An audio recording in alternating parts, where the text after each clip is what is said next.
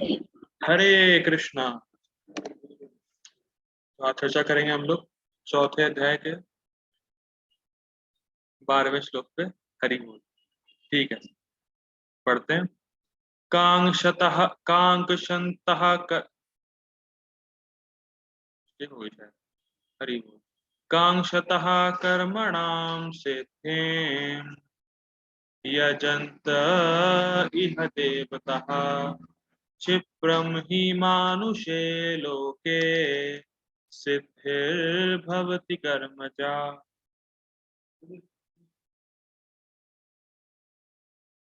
कांक्षतः कर्मणां सिद्धिं यजन्त इह देवतः क्षिप्रं हि मानुषे लोके सिद्धिर्भवति कर्मजा। ठीक है, पढ़ते हैं। हाँ देखिए, समझिए। पिछले श्लोक में भगवान ने बताया था कि भाई उनके जन्म और कर्म को सुनने से व्यक्ति उनके धाम की प्राप्ति करता है। ठीक, 4.9। और इससे पिछले वाले में बताया कि जिस भाव में भक्त भजन करता है भगवान उससे निश्चित ही आदान प्रदान करते हैं। ठीक, तो अब एक प्रश्न उठेगा। तो भी तो हम लोग देखते हैं कि बहुत लोग विभिन्न देवताओं की पूजा कर रहे हैं। क्यों? हमें ऐसा देखने में क्यों मिलता है कि लोग विभिन्न देवताओं की पूजा कर रहे हैं या उपासना कर रहे हैं? क्यों? ऐसा क्या है? Why people are worshipping demigods? भाई जब भगवान इतने कृपालु हैं, भाई भगवान प्रोपेट भी करते हैं और उनके जन्म कर्म सुनने से भगवान के पास चले जाते हैं, तो फिर क्यों हम लोग देखते हैं कि भाई लोग विभिन्न देवताओं की पूजा करते हैं? ठीक? तो उसका उत्तर हम जानने का प्रयास करेंगे। संस्कृत देखते हैं। कांक्षतः कर्मणाम सिद्धिम, कांक्षतः चाहते हुए, अपने कर्मों की सिद्धि चाहते हुए, यजंत यजन करते हैं, पूजा करते हैं, इह देवता इस जगत में देवताओं, अपने भौतिक कर्मों की सफलता की इच्छा के लिए या इच्छा के कारण लोग इस जगत में देवताओं की पूजा करते हैं। समझ में आ गया? कांक्षतः चाहते हुए, कर्मणाम अपने कर्मों की, कौन से कर्म? भौतिक कर्म की सिद्धि चाहते हुए, यजंतः पूजा करते हैं, इह इस जगत में, देवता देवता। ये जो यह देवता है बड़ा इंटरेस्टिंग वर्ड लिया है बलदेव विद्याभूषण जी ने। देखिए, यह देवता का एक अर्थ तो होता है इस जगत में लोग देवता की पूजा करते हैं, और यह देवता मतलब इस जगत के देवता, मतलब देवता भी इस जगत के ही हैं, वो दिव्य नहीं। बड़ा इंटरेस्टिंग। यह देवता मतलब इस जगत में लोग देवता की पूजा करते हैं, तो मतलब ये है। और यह देवता मतलब जो देवता इस जगत के समाप्त होने पे समाप्त है। इंटरेस्टिंग है। आचार्य लोग मतलब रस देते हैं, रस। ठीक है, यह देवता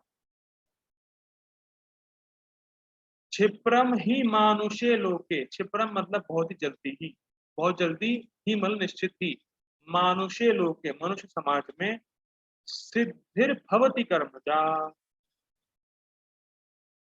कर्मों की सिद्धि, भौतिक कर्मों की सिद्धि बहुत जल्दी प्राप्त हो जाती है मनुष्यों को देवताओं की पूजा करने से। ये अर्थ। पहली बात कि व्यक्ति भौतिक कर्मों की सिद्धि चाहता है इसलिए देवताओं की पूजा करता है, और पूजा करने से होता क्या है? क्षिप्रम ही, बहुत जल्दी ही मनुष्य को अपने भौतिक कर्म की सफलता मिल जाती है। ठीक। कर्मजा का अर्थात, कर्मजा का प्रभुपाद जी अनुवाद कर रहे हैं, कर्मजा अर्थात सकाम कर्म, स्वर्ग जाना, भौतिक सफलता, पुत्र प्राप्त करना, तो ये सब बहुत जल्दी प्राप्त हो जाता है देवताओं की उपासना करने से। इसीलिए लोग देवताओं की पूजा करते हैं। इंटरेस्टिंग। हर कोई भौतिक भोग चाहता है और भौतिक भोग बहुत जल्दी प्राप्त हो जाते हैं देवताओं की पूजा करने से, इसीलिए लोग देवताओं के पास जाते क्षिप्रम मानुष। ठीक,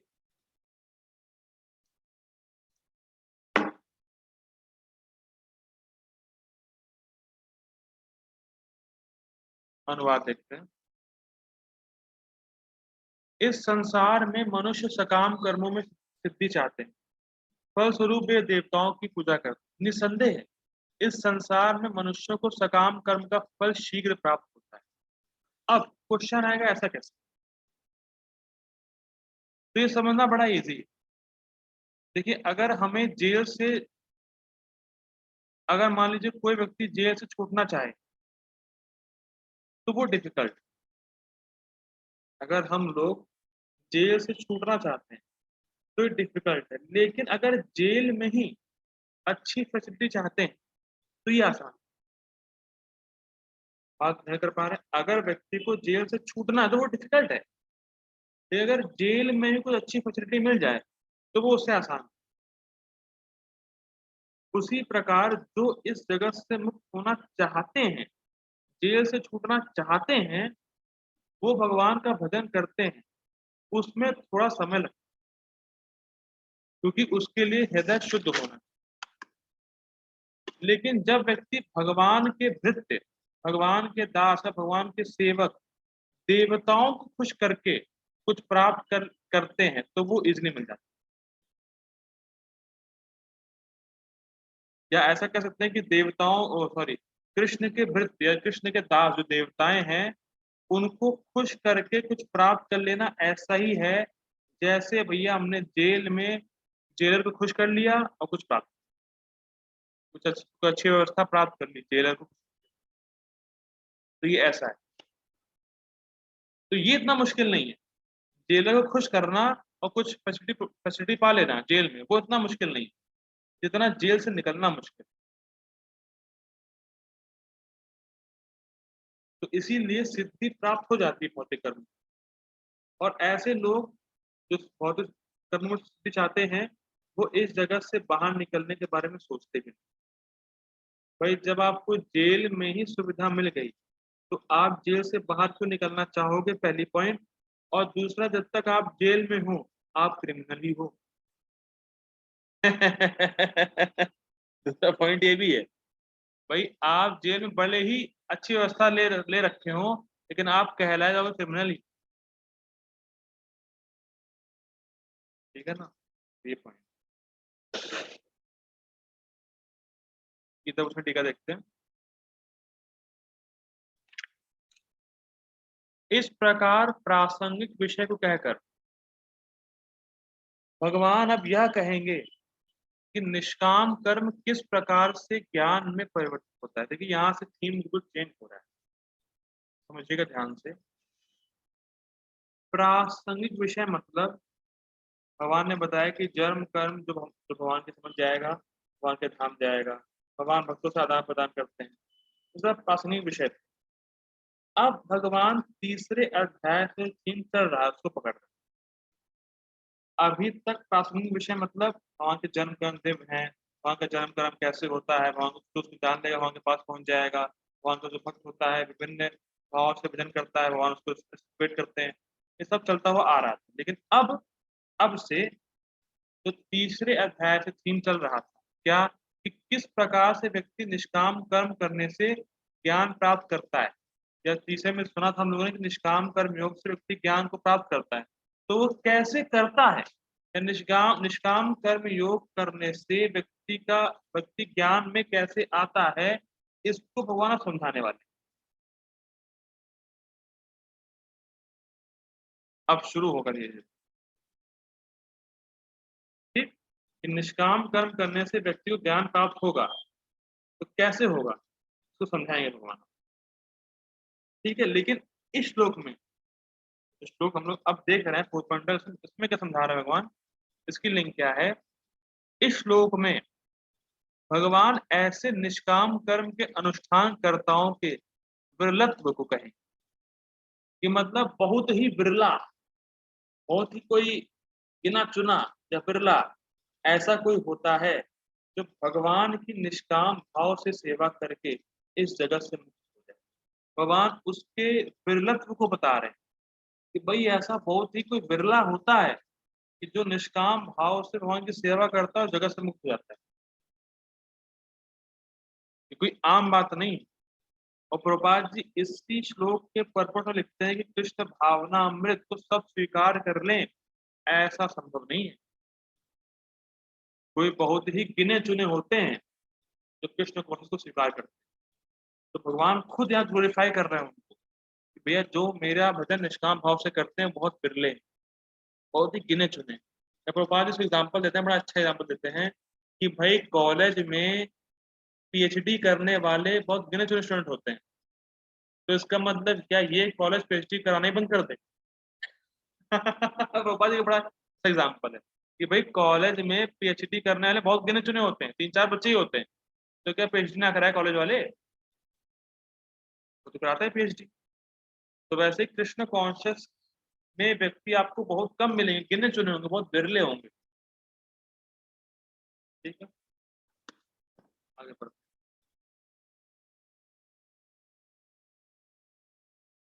तो यह शब्द आया था, यह देवता, इसको समझा रहे हैं। यह माने इस लोक में अनादि भोग वासना से नियंत्रित प्राणियों में कर्मों कर्मों की सिद्धि की लालसा रहती है, जैसे पशु पुत्र इत्यादि। समझते हैं? देखिए, अनादि भोग वासना से नियंत्रित, इसका मतलब क्या है कि अनादिकाल से हम सबने भोग किया हुआ है, हम लोग भोग करते हुए आ रहे हैं, और इसी वजह से हृदय में भोग वासना है। और उसके लिए हृदय वासना है जो है वो प्रेरित करती है जीव को कर्म करने के लिए। जो भौतिक वासना हृदय में है वो जीव को प्रेरित कर रही है कुछ कार्य करने के लिए, और उससे प्रेरित होकर वो भोग को सेटिस्फाई करना चाहता है, पहली चीज।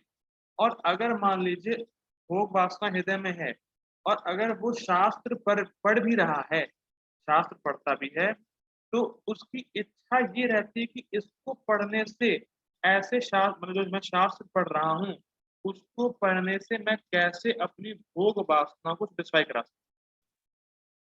भोग वासना हृदय में है और वो प्रेरित कर रही कार्य करने के लिए। तो व्यक्ति अगर शास्त्र पर भी पढ़ भी रहा है, लेकिन उसकी इच्छा ही होती है कि शास्त्र पढ़ के मैं कैसे अपने भोग को सेटिस्फाई कराऊं, और शास्त्र इसके लिए कहते हैं देवताओं की पूजा करो। ये हिसाब किताब।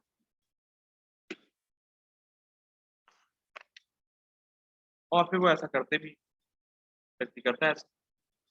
ठीक, आगे बढ़ते हैं।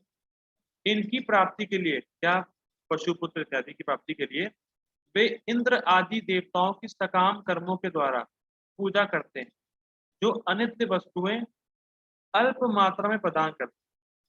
वे मेरी पूजा नहीं करते, कृष्ण कह रहे हैं, जो सभी देवों का ईश्वर है और जो उनके निष्काम कर्मों के संपादन करने के कारण उन्हें नित्य आनंद प्रदान कर सकता है। मैंने काफी पढ़ दिया है, समझते हैं। देवता लोग दो चीज देते हैं, अनित्य वस्तुएं और अल्प मात्रा। तो अनित्य वस्तु का मतलब क्या है कि इस जगत में जो भी वस्तु आपको दिख रही है वो अनित्य। अनित्य का मतलब इस जगत से पहले वो वस्तु नहीं थी, और जगत के बाद वो वस्तु नहीं रहेगी। तो सिद्धांतिक रूप से वो वस्तु अभी भी नहीं। आसन नहीं, सृष्टि से पहले जो दिख रहा है वस्तु हमें वो नहीं थी। जब प्रलय हो जाएगा तो वस्तु नहीं रहेगी, तो अभी भी वो वस्तु नहीं है सिद्धांत दृष्टि से। फिलोसफिकल विजन से वो वस्तु अभी भी नहीं है, मतलब कहने का भी मतलब नहीं है, कहने का अर्थ ये है कि सत्ता नहीं, मतलब वो वस्तु हमें संतुष्ट नहीं कर सकती क्योंकि वो शाश्वत नहीं। हम शाश्वत हैं, लेकिन जो वस्तुएं देवता लोग देते हैं वो अनित्य हैं, किसी समय पे खत्म होने वाली वस्तु होती है, तो वो हमें संतुष्ट नहीं कर सकती। अच्छा, अब ऐसी वस्तु दी जो संतुष्ट नहीं कर सकती हमें, और दी भी कितनी, अल्प मात्रा, बहुत थोड़ी।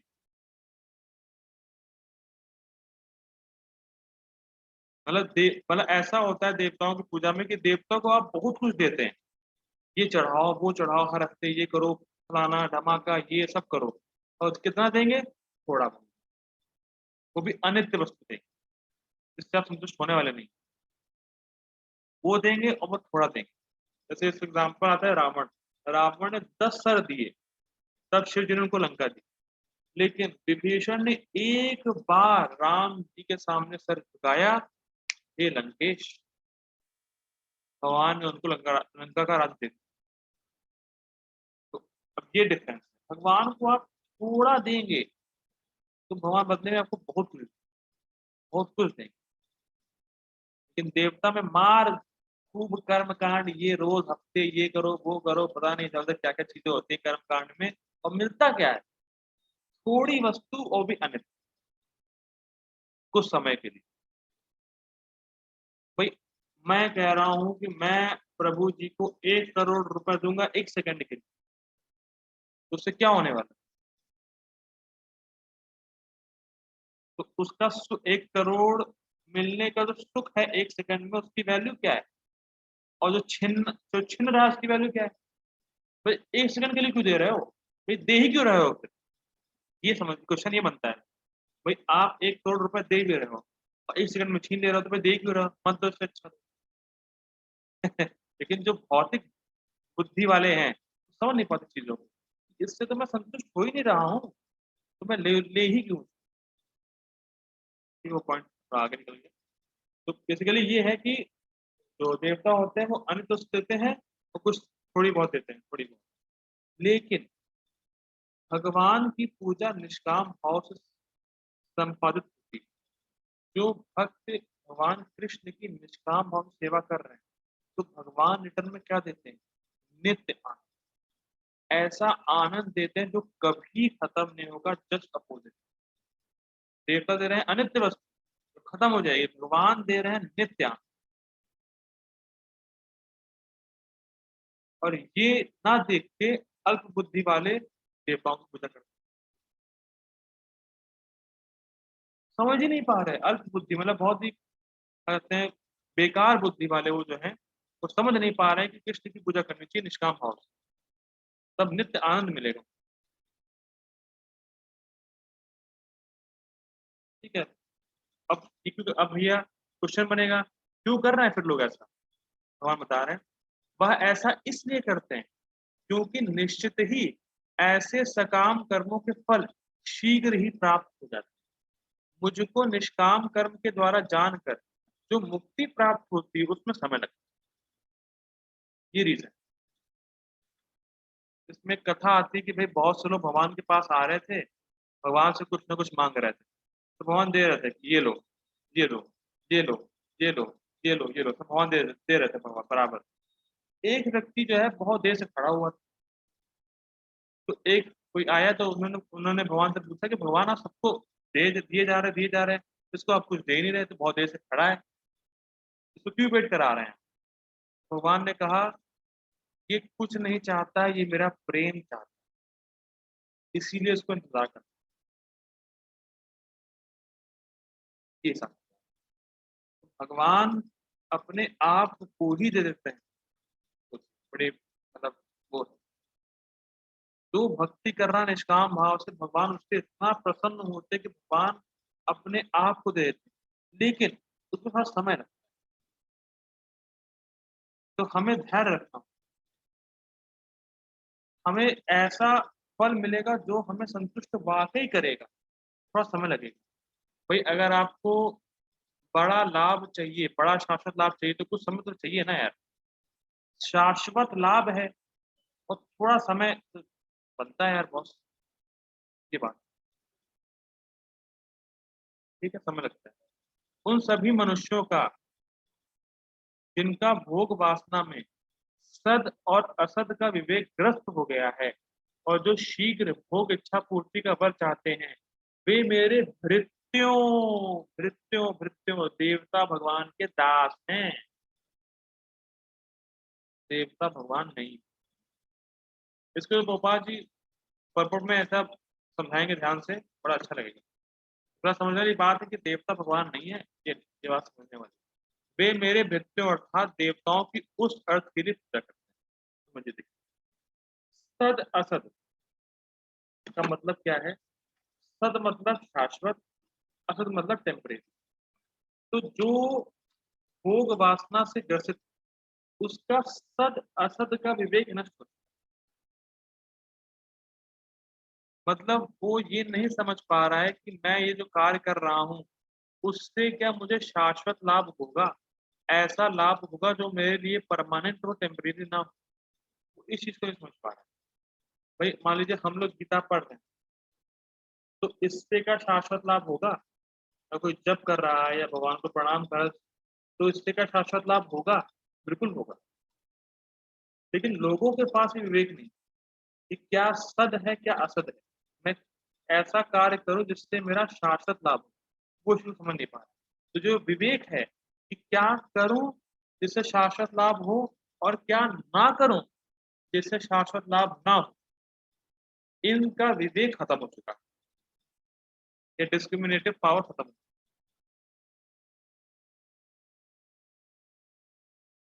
और इसीलिए वो भोग की इच्छा से ग्रसित होके क्षणिक सुख में ही सारा प्रयास लगाते हैं, या क्षणिक सुख के लिए ही लगे रहते हैं।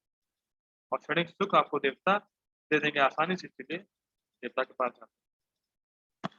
ठीक है, आखिरी पैराग्राफ है शायद, आखिरी पैराग्राफ।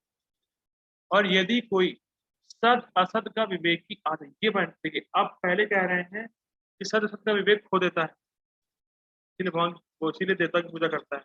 अब कह रहे हैं, एक और केस ले रहे हैं, यदि कोई सद असद का विवेकी हो भी और संसार दुख से त्रस्त भी क्यों ना हो, वह भी निष्काम कर्म के द्वारा मेरी पूजा नहीं करता, जो देवताओं के भी ईश्वर है।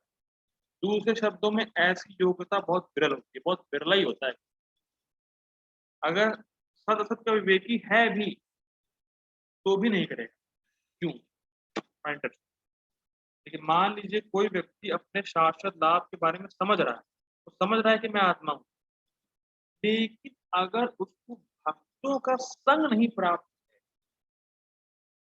तो वो भगवान की पूजा करने के बारे में सीखता नहीं। क्योंकि इस संसार में या इस जगत में तो मैक्सिमम लोग कर्मकांडी। अगर कोई समझ भी रहा है कि मेरा शाश्वत लाभ क्या है, कि मैं आत्मा हूँ, थोड़ा बहुत जान भी रहा है शास्त्रों से, लेकिन फिर भी वो नहीं करेगा क्योंकि उसको भक्तों का संग नहीं प्राप्त। और भक्तों का संग प्राप्त नहीं हुआ तो भगवान की सेवा कैसे करनी, वो उसको जान नहीं पाया, सीख नहीं पाया। इसीलिए बताया जा रहा है कि जो निष्काम भाव से भजन कर रहा है, वो बहुत ही बिरला है, बहुत बिरला है, बहुत ही रेयर है। तो निष्काम भाव से भजन करने वाला बहुत ही बिरला होता है। तो अब आप लोग समझ सकते हैं कि आप लोग कितने बिरले हैं भैया, कितने गिने चुने हैं, कृष्ण के द्वारा गिने चुने हैं।